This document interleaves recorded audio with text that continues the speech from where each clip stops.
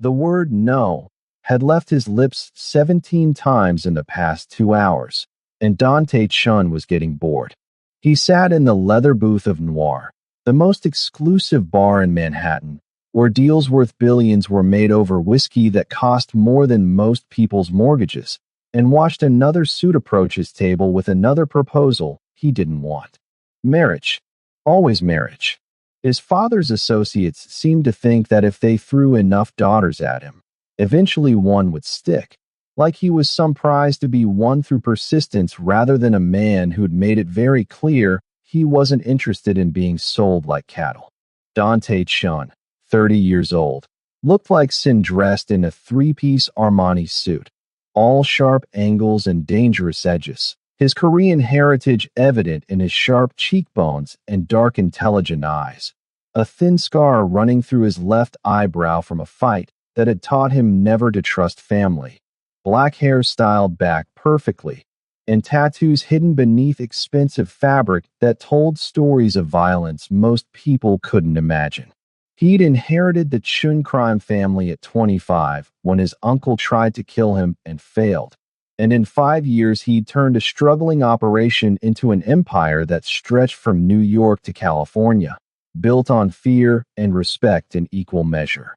But tonight, in this bar where Manhattan's elite came to play at being dangerous, Dante was just tired. Tired of the games. Tired of the proposals. Tired of people treating him like a chess piece instead of a person. Mr. Chun, the suit began, some associate of his father's named Richard or Robert or something equally forgettable. I represent the Park family, and they're very interested in a union between. No, Dante said, not even looking up from his whiskey. The word was final, absolute, the same tone he used right before someone disappeared. But you haven't heard the offer, the man protested, and Dante could hear the desperation, could smell the commission this guy was hoping to make.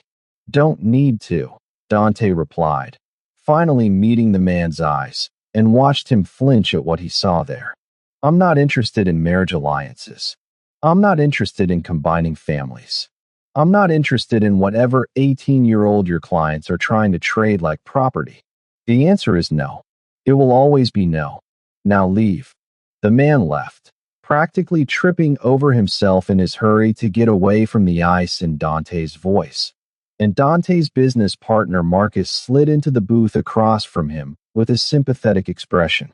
Marcus had been with him since the beginning, the only person Dante actually trusted, which meant Marcus got to witness all 17 rejections and counting. You know your father's going to hear about this, Marcus said, sipping his own drink. 17 proposals dismissed in one night. He's going to be furious. Good, Dante said. Maybe he'll finally get the message that I'm not marrying anyone he picks. You have to marry someone eventually, Marcus pointed out. The family expects an heir, traditions demand. The family can go to hell, Dante interrupted, voice cold enough to freeze. And tradition can die with them.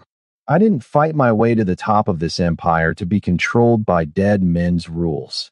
Marcus opened his mouth to respond, but movement near the bar caught Dante's attention, pulled his focus away from the conversation like a hook in his chest. She was just a bartender, shouldn't have been anything special, just another employee in the black and white uniform Noir required. But something about the way she moved made Dante's entire world narrow down to just her.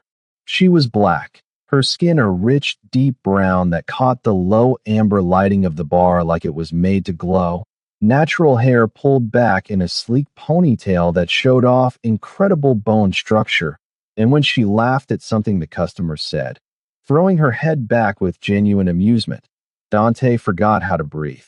She wasn't performing. Wasn't trying to be noticed, wasn't doing anything, except her job with grace and efficiency and real warmth. And in a world where everyone wore masks, her authenticity hit him like a physical blow. Dante, Marcus said, but his voice sounded far away, muffled by the sudden rushing in Dante's ears. Who was that? Dante asked, not taking his eyes off her as she mixed drinks with practiced ease, smiled at customers, moved through her shift like she was dancing. Who's who? Marcus followed his gaze, squinted. The bartender? I don't know. New hire, maybe? What? But Dante wasn't listening anymore. He was watching her reject some drunk businessman who'd leaned too far over the bar, watching her do it with a smile that had steel underneath, watching her command her space without aggression, just confidence, and something in his chest that had been frozen for 5 years cracked open. Dante, you're staring, Marcus said carefully. That's not like you. Dante stood without responding, straightened his jacket, and walked toward the bar with the kind of purpose that made the crowd part instinctively. And he had no idea what he was going to say. Just knew he needed to talk to her, needed to know her name, needed to understand why this stranger had just made him feel more alive than he had in years. But what came out of his mouth when he reached the bar surprised even him. Her name tag said Simone, and up close she was even more devastating. All warm intelligence and careful walls, and when she turned to take his order, her smile was professional and distant in a way that made Dante want to earn a real one. What can I get you? Simone asked, and her voice was smooth and controlled, the kind of voice that said she'd dealt with powerful men before and wasn't impressed. Whiskey, Dante said, even though he had a full glass back at his booth. Neat. Whatever you think is best. Simone's eyebrow rose slightly, like she was surprised he'd left the choice to her. But she turned to the top shelf without comment, and Dante watched her work with the same efficiency he'd noticed from across the room, every movement precise and practiced. She slid the glass across the bar, and their fingers brushed during the exchange, and the electricity that shot up Dante's arm was so unexpected he almost jerked back. But he caught it, controlled it, kept his expression neutral even though his heart was racing. Starting a tab? Simone asked, already moving on to the next customer. No, Dante said, placing $100 bill on the bar for a $30 drink. Keep the change. Simone looked at the bill, then at him, and her expression shifted from professional to cautious. That's a lot for one drink. It's a thank you, Dante said, for choosing well. You have good taste. Or you're trying to buy something that's not for sale, Simone replied, and there was an edge to her voice now, a warning. Dante smiled, and he saw her eyes flicker to the scar through his eyebrow, saw her register exactly what kind of man she was talking to.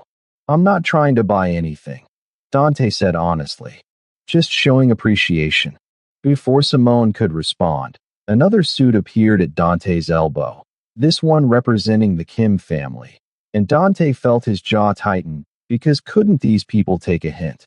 Mr. Chun, the new suit began. I apologize for the interruption, but the Kim family has asked me to present a proposal for no, Dante said, not taking his eyes off Simone, who was watching this interaction with barely concealed curiosity. Mr. Chun, please, if you'd just consider, he said no.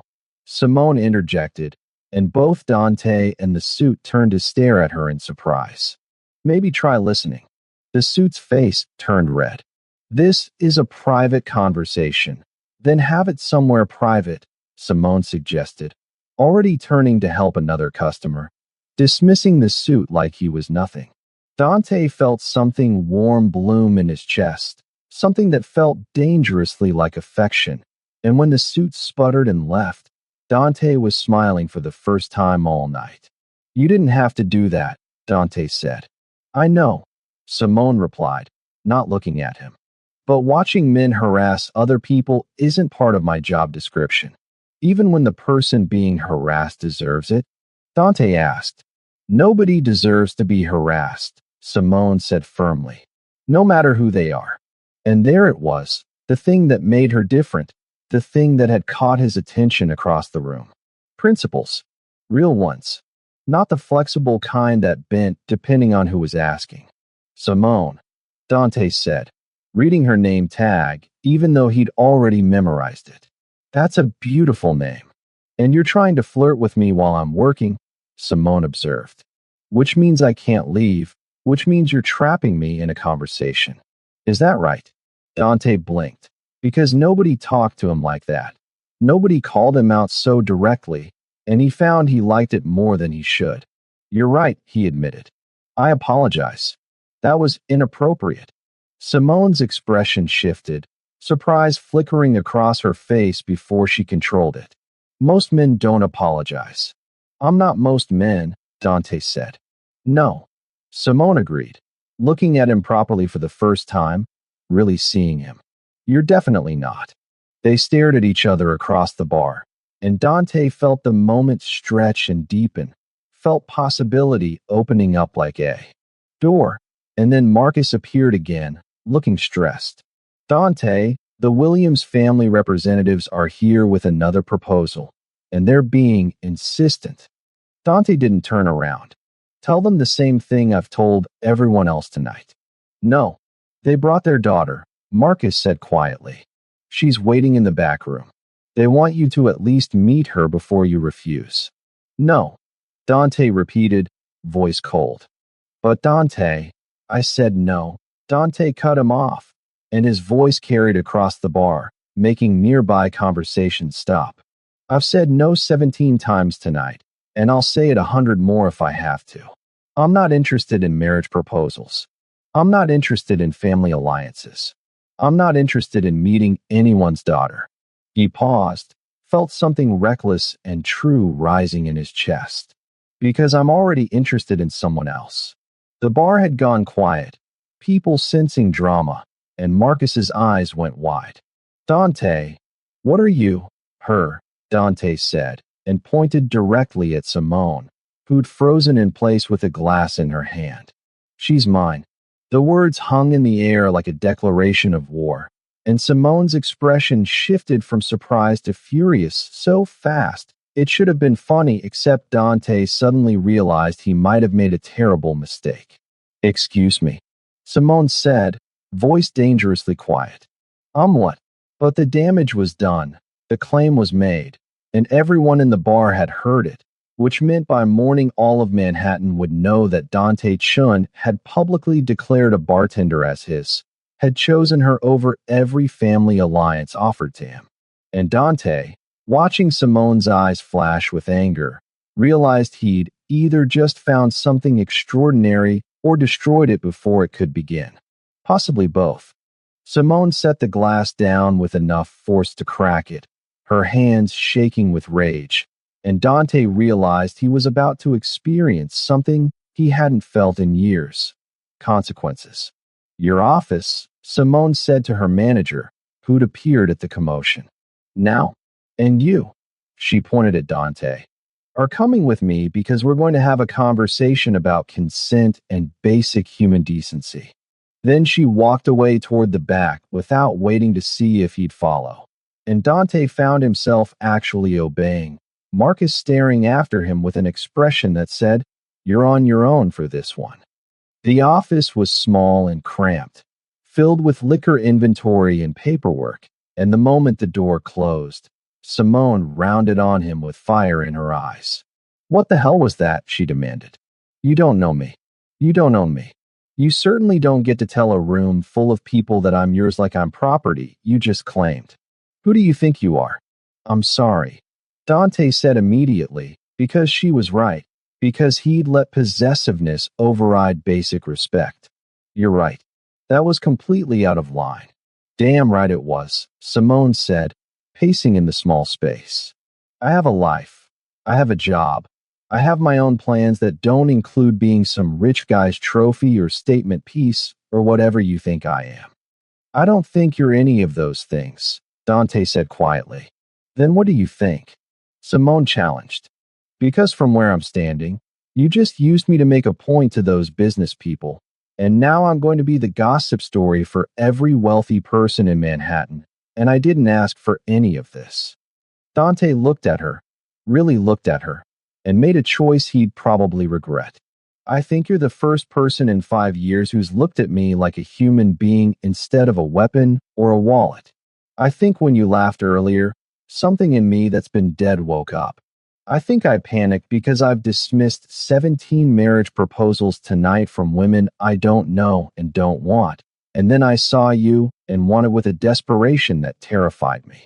So I claimed you in the most primitive, stupid way possible because I'm an idiot who forgot how to talk to real people. Simone stopped pacing, stared at him. That's either the most honest thing I've ever heard or the best line. It's the truth, Dante said.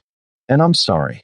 You deserve better than being used as a shield against my family's expectations. If you want me to go out there and tell everyone I lied, that I made it up, I will. I'll take whatever consequences come from that. You do that? Simone asked. Damage your reputation over a bartender you just met. You're not a bartender, Dante said. You're Simone. And yes, I would. Because you were right. What I did was wrong. Simone studied him for a long moment, and Dante felt like he was being weighed and measured by someone who actually mattered, and the feeling was terrifying and exhilarating at once. Who are you? She finally asked. Really, not the suit and the money and the proposals. Who are you? So Dante told her, standing in that cramped office that smelled like whiskey and paper, about inheriting a criminal empire he'd never wanted, about trying to be better than the violence that had raised him, about feeling like he was drowning in expectations and couldn't find a way to breathe. And Simone listened without interrupting, without judging, just listening. And when he finished, she was quiet for a long moment. My brother was killed by people like you, Simone said finally, and Dante felt his chest constrict. Gang violence in California 5 years ago. Wrong place, wrong time. He was 23. I was 21. I swore I'd never have anything to do with that world again. I understand, Dante said, and started to turn toward the door, started to walk away like he should have from the beginning. I didn't say I wanted you to leave, Simone said, and Dante froze. I said my brother was killed by people like you. But you're trying not to be like them, aren't you? That's what all those no's were about. Refusing to play their games. Yes, Dante admitted. Doesn't mean I'm succeeding. Tonight proved I'm still capable of treating people like objects when I'm desperate. You apologized, Simone said. Twice. And offered to fix it. That's more than most powerful men do. She paused. I have conditions. Anything, Dante said. 1. You never, ever claim me in public again without my explicit permission. I'm not property. 2. You're honest with me, always, about your world and what being around you might mean. 3. I get to say no at any point, and you respect that immediately. Deal. Dante looked at this woman who'd just set boundaries with a crime lord like she was negotiating a business contract, who demanded respect instead of accepting his apology and moving on, who was giving him a chance despite having every reason not to. Deal, he said. And in return? In return, Simone said, and a small smile played at her lips. You take me to dinner tomorrow. Somewhere normal. No expensive restaurants. No showing off. Just you and me actually talking like people. If you can manage that without claiming me or treating me like a trophy, maybe we'll try a second date. Tomorrow. Dante agreed, feeling something like hope. Anywhere you want. And Dante, Simone added, hand on the door handle. Yes. Those marriage proposals? Keep saying no. Because if we're doing this, we're doing it right. No distractions, no family drama interfering. Just us figuring out if this is real or if it was just one moment in a bar. Then she opened the door and walked back to her shift, and Dante stood there trying to remember how to breathe, because somehow this woman who should have run from him was giving him a chance, and he wasn't going to waste it. But when he returned to his booth, Marcus was waiting with his phone out, showing Dante a message from his father. What the hell did you do? The claiming might have solved one problem, but it had created a dozen more, and Dante's father was about to make sure he knew it. Dinner the next night was at a tiny Vietnamese restaurant in Queens that Simone picked, the kind of place where Dante's suit looked ridiculous and the food was incredible and nobody cared who he was. And for 3 hours, he forgot about the empire and the threats and just talked to a woman who made him laugh. Simone told him about growing up in California with dreams of being a writer, about moving to New York 5 years ago to escape grief and finding it waiting for her here too, about working 3 jobs while trying to finish her degree, about refusing to give up even when the city tried to grind her down. "You're extraordinary," Dante said when she finished, and he meant it in a way he'd never meant anything. "I'm tired," Simone corrected, but she was smiling. "Extraordinary and tired aren't mutually exclusive," Dante pointed out. "Can I walk you home?" So he did, and at her door in Brooklyn, Simone looked at him with those intelligent eyes and said, "Your world is going to come for this, isn't it? For us." "Probably," Dante admitted, because he'd promised honesty. "My father's already furious. The families whose proposals I rejected are insulted. And the fact that I chose you, that I claimed you publicly, it's seen as weakness." "Is it?" Simone asked. "Choosing me. It's the strongest thing I've ever done," Dante said. "Because you scare me more than any enemy I've ever faced. You make me want things I thought I'd buried. You make me hope." Simone kissed him then, soft and sweet and terrifying, and when she pulled back, her eyes were serious. "I'm scared too," she admitted. "But I want to try. Just be ready, okay? Because if your world comes for me, I'm going to fight back." "I wouldn't expect anything less," Dante said. They had 2 perfect weeks, stolen moments between her shifts and his business, dinners and long walks and conversations that stretched until dawn, and Dante felt himself falling in a way that should have terrified him, but instead felt like coming home. But on the 15th day, Simone's roommate called Dante in a panic.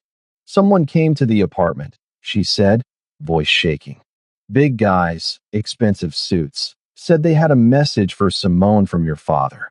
They said she needs to disappear or there will be consequences." Dante's blood turned to ice. "Where is she?" "At work." "But Dante, they knew everything. Where she works, where she goes to school, her mother's address in California. They're serious." Dante hung up and drove to Noir faster than he should have. Burst through the door to find Simone behind the bar looking pale, phone in her shaking hand. "They called me," she said when she saw him. "Your father's people. They said I'm a distraction you can't afford. That if I don't leave New York by tomorrow, accidents happen." "You're not going anywhere," Dante said, moving behind the bar to pull her close. "I'll handle my father. I'll make this right." "How?" Simone asked, and there were tears in her eyes. "Dante, he threatened my mother. My family. I can't. I won't put them at risk because I fell for you." "Then I'll leave," Dante said desperately. "I'll walk away from the family, from the empire, from all of it. We'll go somewhere he can't reach us." "And then what?" Simone asked. "You live in hiding? Give up everything you've built? Resent me eventually for making you choose?" "I would never." "You would," Simone interrupted gently. "Maybe not now, maybe not in a year, but someday you'd wonder what you could have been if you hadn't run. And I won't be the reason you lose yourself." "So what are you saying?" Dante asked, even though he knew, even though he could see it in her eyes. "I'm saying this was beautiful," Simone whispered. "But it's over. Your world won't let it be anything else." She kissed him one last time, tasting like salt and regret, and then she walked away, left him standing in the bar where he'd claimed her, and Dante felt something inside him break that he didn't think would ever heal. He went to his father's office with murder in his eyes, ready to burn the whole empire down, but his father was waiting with cold eyes and colder words. "She's gone by now," his father said. "Smart girl. Took the money we offered and left the city. You can stop playing hero." "You're lying," Dante said. "Am I?" His father showed him a bank transfer, Simone's name on it, $50,000, and Dante felt the ground shift beneath him. "Everyone has a price, son. Even your bartender. Now, The Williams family is still willing to overlook your embarrassment if you agree to meet their daughter properly. Dante stared at the transfer, at proof that Simone had taken money to leave, and felt everything he'd hoped for crumble to dust. But something didn't fit, something felt wrong, because Simone had conditions and boundaries and principles that didn't bend. When did she take this? Dante asked. This morning, his father said. After we made it clear the alternative was her mother's medical care disappearing. She made the smart choice. And there it was, the truth underneath the lie, because his father wasn't above blackmail dressed as generosity. Simone hadn't taken money to leave. She'd taken it to save her mother, and the difference mattered. You threatened her family, Dante said quietly. I protected you from a distraction, his father corrected. Now you'll marry the Williams girl and stop this foolishness.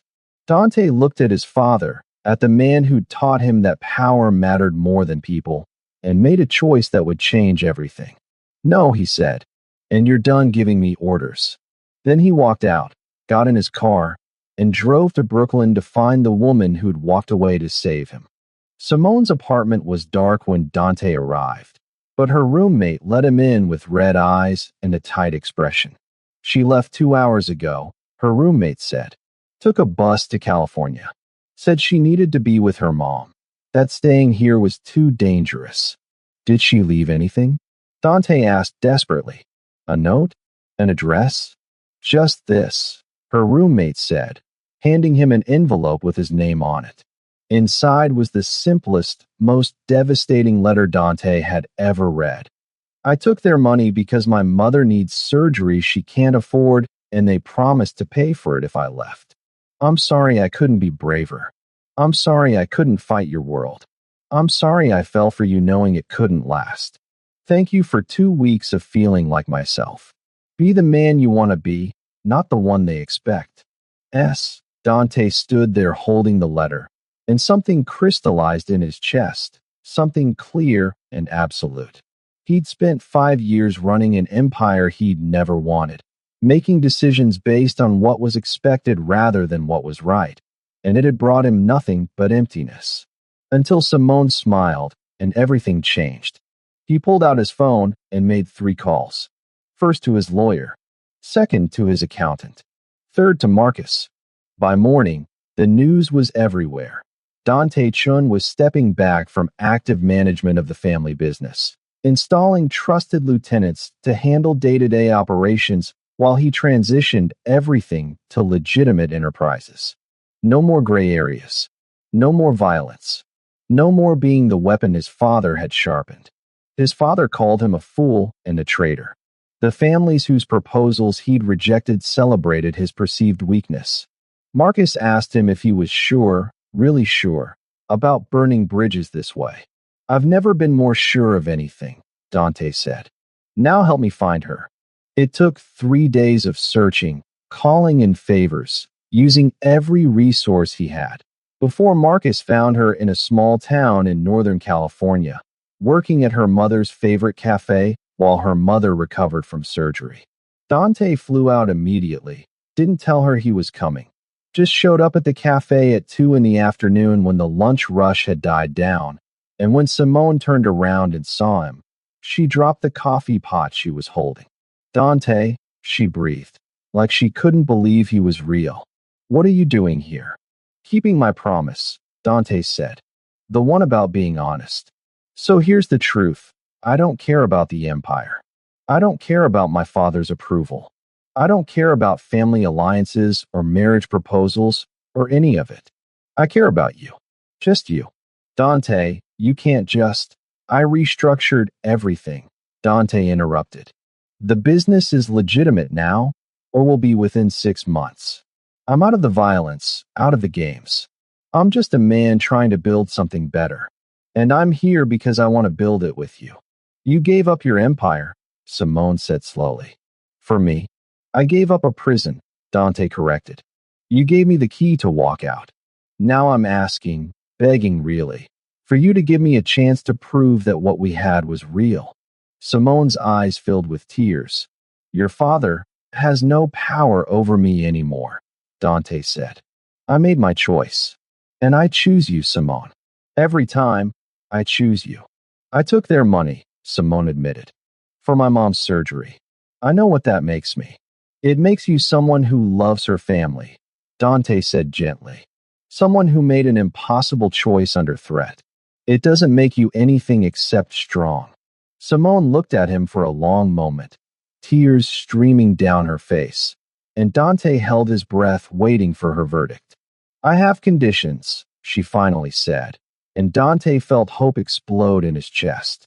Always, Dante agreed. 1. We do this slow. No more public claims, no rushing, just dating like normal people. 2. You really transition the business to legitimate operations, no backsliding. 3. You meet my mother, and if she doesn't like you, we're done. Dante laughed, feeling lighter then. He had in days. Deal. Can I add one condition? What? That when you're ready, when we've done this slow and right and proven it's real, you let me claim you again. Properly this time. With your permission. Simone smiled, that real genuine smile that had started everything. Ask me in a year. I'll ask you in a year, Dante promised. And he did, exactly 1 year later, standing in the same cafe in Northern California, getting down on one knee in front of Simone's mother and the entire town, and asking Simone not if she'd be his, but if he could be hers. Yes, Simone said, laughing and crying at the same time. Yes, you can be mine. Completely, totally, officially mine. And Dante slid a ring on her finger and knew that he'd dismissed every proposal in the world to find the only one that mattered. The wedding was small, held in a garden in Connecticut with close friends and family. And when Dante stood at the altar waiting for Simone, he thought about the night in the bar when he'd claimed her without permission, about how far they'd both come from that moment of possessive stupidity to this moment of mutual choosing. Simone walked down the aisle in a simple white dress, her mother on one arm and Marcus on the other, and she was so beautiful it hurt to look at her. And when she reached him, Dante felt tears in his eyes. Hi, Simone whispered. Hi. Dante whispered back. You ready for this? I've been ready since the night I saw you laugh, Dante admitted. I just had to become worthy of you first. You were always worthy, Simone said. You just needed to believe it. They said their vows, promised forever, and when the officiant said, you may kiss the bride, Dante kissed her like she was oxygen and he'd been drowning, and distantly heard their friends cheering. Mine, Dante murmured against her lips. Ours, Simone corrected, smiling. We belong to each other now. And it was true, had been true from the moment their eyes met across a bar, would be true until their last breath. That night at the reception, Simone pulled him aside and said, I have something to tell you. Should I be worried? Dante asked. Depends, Simone said, taking his hand and placing it on her stomach. How do you feel about being a father? Dante froze, stared at her, then down at where his hand rested, and felt his entire world shift and expand in the most perfect way. You're serious? Very, Simone confirmed. Surprise? Dante picked her up and spun her around, laughing and crying at the same time. And when he set her down, he kissed her with everything he felt. I love you, he said. I love you so much it terrifies me. Good, Simone said. Because you're stuck with me now. You claimed me, remember? Best decision I ever made, Dante said. Even if I did it wrong the first time. They danced until dawn, surrounded by people they loved. And when the sun rose over Connecticut, Dante held his wife close and thought about the journey that had brought them here, from a bar in Manhattan to a garden wedding to the promise of family. No regrets. Simone asked, reading his mind like she always did. Not a single one, Dante said. You? Only that it took you so long to find me, Simone said. But I guess you had to dismiss all those other proposals first. I would have dismissed 1,000 more, Dante said, because none of them were you. And as they drove away from the reception toward their honeymoon, toward the rest of their lives, Dante thought about the man he'd been. The man who'd stood in a bar dismissing proposals and claiming a woman without her permission, and the man he'd become, who'd learned that love wasn't about possession, but about partnership. Simone had taught him that. Had taught him that the strongest thing he could do was choose her every day, respect her boundaries, build a life together instead of demanding she fit into his. 3 years later, Dante stood in their living room in Massachusetts, watching Simone read to their daughter, watching the sunset paint them both in gold, and felt complete in a way he'd never imagined possible. "Daddy," his daughter called, and Dante scooped her up, feeling her laugh against his chest. "What is it, sweetheart?" "Mommy says you claimed her at a bar," his daughter said seriously. "Is that true?"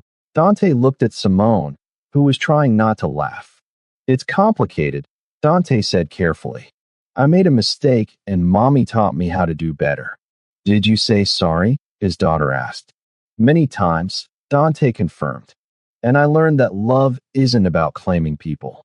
It's about choosing them every day and letting them choose you back." "Did Mommy choose you back?" "Eventually," Simone said, coming to join them. After he proved he understood the difference between possession and partnership. Their daughter thought about this. "I think I like partnership better." "Me, too," Dante said, pulling both his girls close. "Me too." If you love Dante and Simone's journey from a possessive claim to a partnership built on respect, smash that like button, subscribe for more emotional romance stories, and drop a comment telling me which moment hit you hardest: the claiming, the goodbye, or the reunion. Let me know what story you want next. Should we explore Marcus's secret romance? Or dive into Simone's roommate finding love? You decide. Thanks for being here, and remember, real love isn't about claiming someone. It's about choosing them every single day. See you in the next one.